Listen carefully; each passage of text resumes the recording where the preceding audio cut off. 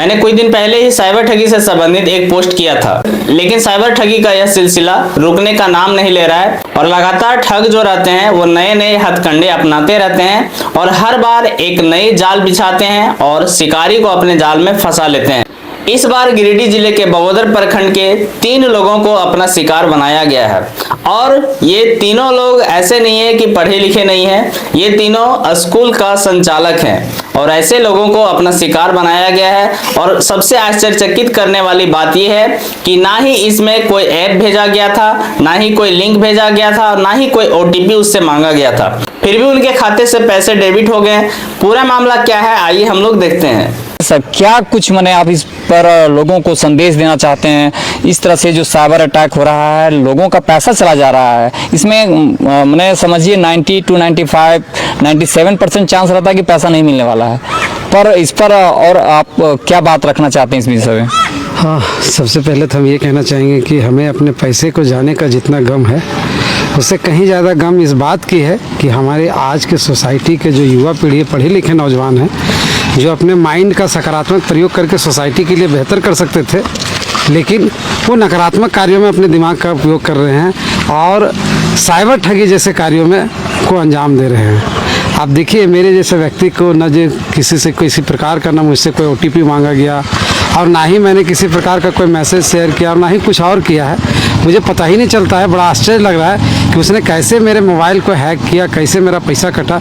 Even आपको बता दें कि मेरे पैसे के कटने का जो मैसेज गिरता है, अगर 50 रुपये की भी हम कुछ खरीदारी करते हैं तो उसका मैसेज गिरता है बैंक की ओर से कि आपके अकाउंट से 50 रुपये डेबिट हुआ है, उसका भी मैसेज हमारे मोबाइल में नहीं आया है। ये बड़ा आश्चर्य की बात है कि देखिए कितना शातिर तरीके से ये लोग और साइबर क्राइम कर रहे हैं। ये बड़ा दुखद स्थिति है। उसमें शायद लग रहा है कि मोबाइल हैंग जैसा कुछ कर रहा होगा। हाँ, हमको लगता है कि उसने हमारे मोबाइल को कहीं ना कहीं हैक किया है या फिर हमारे ऐप को हैक किया है, जिससे हम ट्रांजैक्शन करते हैं गूगल पे से। हमारा जो ट्रांजैक्शन दिखा रहा है वो गूगल पे में दिखा रहा है, लेकिन मैसेज में उसकी कोई जानकारी हमें नहीं मिली है ट्रांजैक्शन की। ये सबसे बड़ा आश्चर्यचकित करने वाली बात है। अगर हम 50 रुपये का भी कुछ खरीद रहे थे तो या खरीदते हैं तो उसका हमको मैसेज आता है, गिरता है मेरे मोबाइल में, टेक्स्ट मैसेज में उसकी सूचना मिलती है बैंक की ओर से। लेकिन एक 60,000 का और एक 37,000 का ट्रांजैक्शन हुआ और उसका कोई सूचना नहीं मिला मैसेज के माध्यम से, और वो हमारे गूगल पे में दिखा रहा है कि वो पैसा कट चुका है। ये बड़ा आश्चर्य की बात है। हम शासन प्रशासन और सरकार से कहेंगे कि इस पर अंकुश लगाया जाए। हमारा पैसा ही नहीं बल्कि जितने लोगों का पैसा डूब रहा है, सबका पैसा वापस कैसे आए इसका मार्ग ढूंढा जाए। और ख़ास करके बगोदर, डुमरी और आसपास के साथियों से हम कहना चाहेंगे, जितने भी जागरूक मतदाता और जागरूक नागरिक हैं, उनसे हम कहना चाहेंगे कि आप अपने मोबाइल में किसी भी प्रकार का जो अननोन नंबर से किसी भी प्रकार का सूचना आता है या OTP आता है उसको छेड़छाड़ ना करें। हालांकि हमारे पास वैसा कुछ नहीं आया था, उसके बावजूद भी मेरा कटा है। ऐसा कटा है। और एक बात और मैं आप लोगों को बता दूं कि अभी पूरा ये डुमरी और बगोदर क्षेत्र में एक सर्कुलेट किया जा रहा है APK फाइल। मेरे में भी आया था, उसको डिलीट कर दिया। मेरा भाई में भी आया, उसको वो डिलीट कर दिया था, पर पता नहीं उसका भी मोबाइल में वो किस तरह से वो वर्क किया और मोबाइल उसका भी हैंग किया था और हैंग करने के पश्चात उसका पैसा ले डूबा। और सर मैं आपसे जानना चाहूँगा आपके साथ क्या हुआ था और कितना का ठगी हुआ आपका? मैं यही कहूँगा सबसे पहले कि लोग सुरक्षित नहीं हैं। सबसे पहली बात यानी अपने जगह पर तो सब लोग काम कर रहे हैं, लेकिन लोग सुरक्षित नहीं है, कैश के मामले हो या किसी चीज़ के मामले में।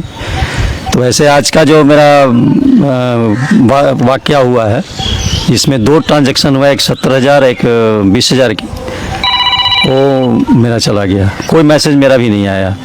हमने मेसो एक कंपनी है, मीशो, उस कंपनी को मैंने फ़ोन किया था कि हमारा 156 रुपये का रिटर्निंग नहीं आया, क्यों नहीं आया ये हमको बताइए।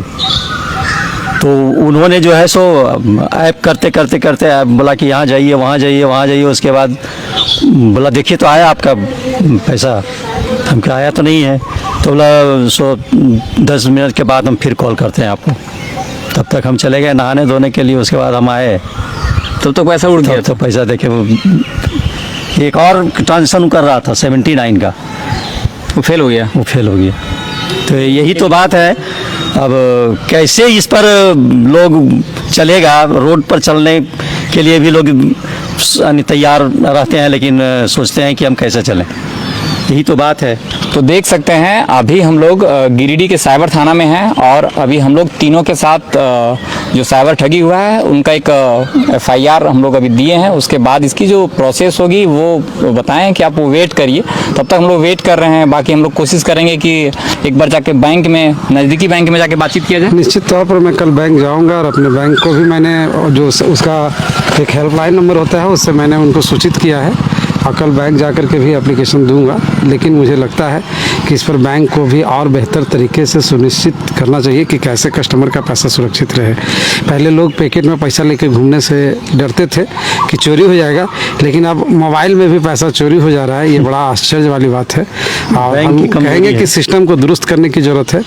कहीं न कहीं ग्राहकों को वो एक सेफ्टी नहीं मिल पा रहा है जिसका दावा बैंक अभी तक करता रहा है।